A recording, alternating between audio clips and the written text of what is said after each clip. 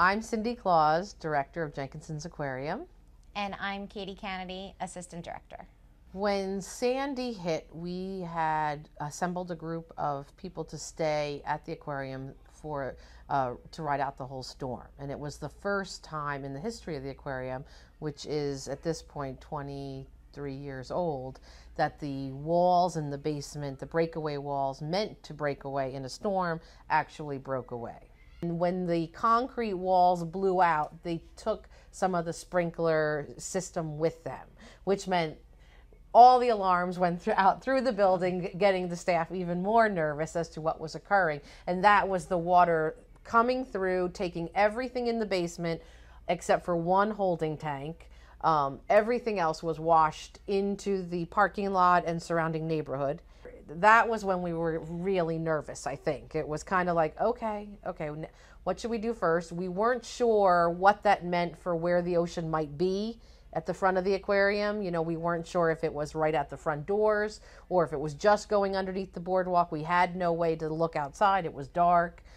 So our first priority was to move the penguins, all of them, from the exhibit, their new exhibit at the time, and we moved them to a small room upstairs. It's a quarantine room we would use for, you know, new animals and whatnot. And you figure the penguins are used to a large exhibit now, and now they have to go to this tiny room, so they're fighting with each other, and they just didn't get as we were all bringing them upstairs one by one. I mean, it's dark, and the penguins, we use them for education programs, so they're used to being handled.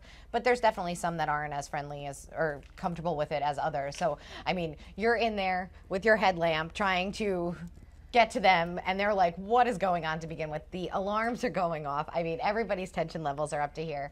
And so we get them all upstairs, and we had just redone the exhibit. It was brand new. So that was the weakest wall, and it was the ocean facing wall. So it was like, as soon as we knew the ocean was coming through the basement, it was like, we got to move the penguins. Like what if that structure, when they put it back up, isn't as strong as it was when it first started? So it was a priority to get them moved up there, though they were not happy about it. And we noticed some of the animals, you know, we watched the animals as the storm was approaching because we wanted to know, like, could they tell? Could they tell it was coming? The parrots definitely acted differently. The seals were a little bit off. They, you know, they don't like their lights off at certain times. So yeah, you could tell little nuances among some of the animals. And then the lights were completely out, so that was a bit of an issue for them.